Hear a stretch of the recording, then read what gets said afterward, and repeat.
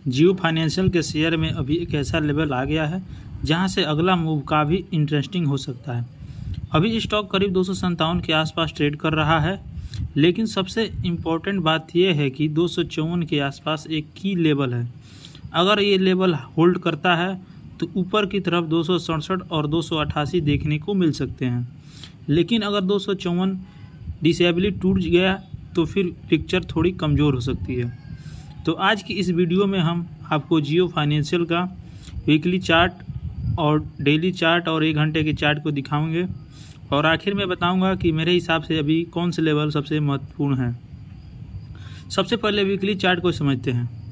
यहाँ अगर आप थोड़ा पीछे का प्राइस एक्शन देखेंगे तो जियो फाइनेंशियल ने एक ऐसा समय करीब लगभग 380 और 390 के आसपास हाई बनाया था।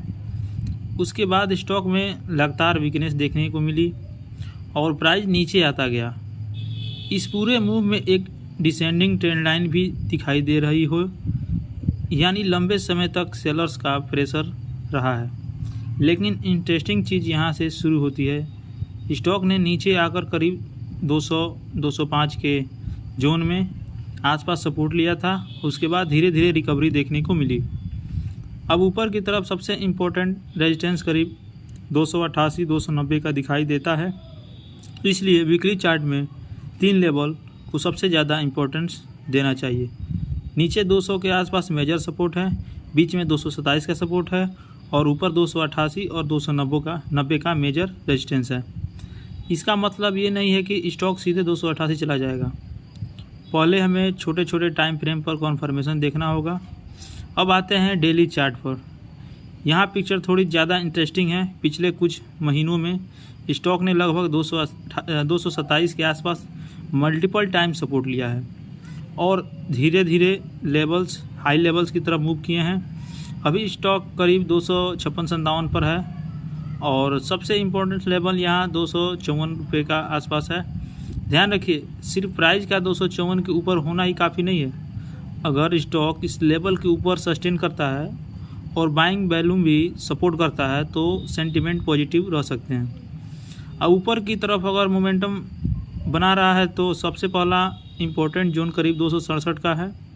267 के ऊपर अगर स्ट्रॉन्ग ब्रेकआउट मिलता है तो अगला बड़ा टारगेट जोन 288-290 हो सकता है। लेकिन यहाँ एक बहुत इम्पोर्टेंट है, 267 या 288 को गारंटी टारगेट मानना नहीं चाहिए। ये चार्ट के रेजिस्टेंस जोन्स हैं, यहाँ प्राइस जाकर वापस भी आ सकता है। इसलिए ब्रेकआउट के साथ वॉल्यूम और कैंडल क्लोजिंग देखना जरूरी होगा। अब थोड़ा शॉर्ट टर्म सेटअप देखते हैं। 1 घंटे के चार्ट पर हाल ही में स्टॉक ने काफ़ी अच्छा मूव दिखाया था। प्राइस करीब 230-240 के जोन में तेज़ी दिखाते हुए 260 के ऊपर तक गया, लेकिन उसके बाद थोड़ा मूव प्रॉफिट बुकिंग को देखने को मिला है और अभी प्राइस वापस 257 के आसपास आ गया है। यही वजह है कि 254 के लेवल अभी बहुत महत्वपूर्ण हो जाता है। अगर प्राइस 254 के ऊपर रहता है और यहाँ से बाइंग आती है तो शॉर्ट टर्म में फिर से 260-267 की तरफ मूव देखने को मिल सकता है। लेकिन अगर 254 डिसेबली टूटता है और प्राइस उसके नीचे सस्टेन करता है तो मैं तुरंत बुलिश नहीं रहूँगा।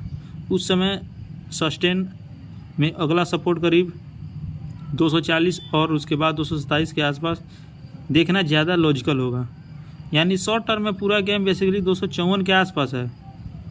अब पहले बुलिश सिनेरियो की बात करते हैं। अगर जियो फाइनेंशियल 254 के ऊपर सस्टेन करता है और उसके बाद 267 के ऊपर ब्रेकआउट देता है तो मोमेंटम फिर से स्ट्रॉन्ग हो सकता है। ऐसे में अगला मेजर रेजिस्टेंस जोन करीब 288-290 रहेगा। लेकिन मैं यहाँ एक चीज़ ज़रूर देखूँगा, ब्रेकआउट सिर्फ एक कैंडल की वजह से नहीं होना चाहिए, वॉल्यूम बढ़ना चाहिए और प्राइस को ब्रेकआउट लेवल के ऊपर सस्टेन करना चाहिए।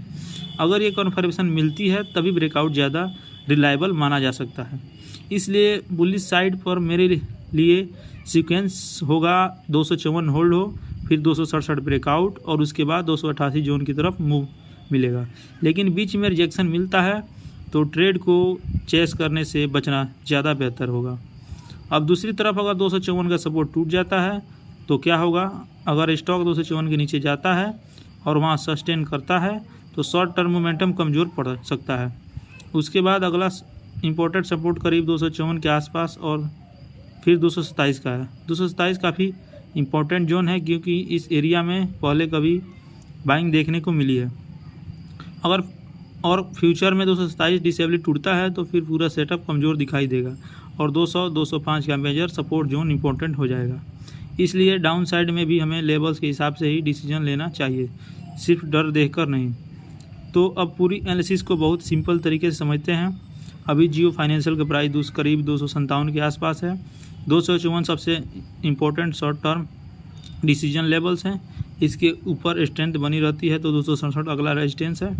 267 के ऊपर स्ट्रॉन्ग ब्रेकआउट मिलता है तो 288-290 अगला मेजर जोन है। वही अगर 254 टूटता है तो नीचे 240 और 227 इंपॉर्टेंट सपोर्ट है और 227 के नीचे वीकनेस बढ़ती है तो 200 और 205 का जोन ध्यान में रखना होगा। इसलिए अभी मैं सिर्फ यही नहीं कहूँगा कि बाई करो या सेल करो, क्योंकि मार्केट में सबसे ज़रूरी चीज़ प्रेडिक्शन नहीं बल्कि कन्फर्मेशन और रिस्क मैनेजमेंट है। अगर आपको ऐसी स्टॉक एनालिसिस पसंद आती है जहां हम सिर्फ टारगेट नहीं बल्कि सपोर्ट, रेजिस्टेंस और पूरा चार्ट सेटअप समझते हैं तो चैनल को सब्सक्राइब कर सकते हैं। और कमेंट में बताइए आपके हिसाब से जियो फाइनेंशियल पहले 267 जाएगा या 254 के नीचे जाएगा। अपना व्यू जरूर बताएं। फिर मिलते हैं नेक्स्ट एनालिसिस में, तब तक के लिए धन्यवाद।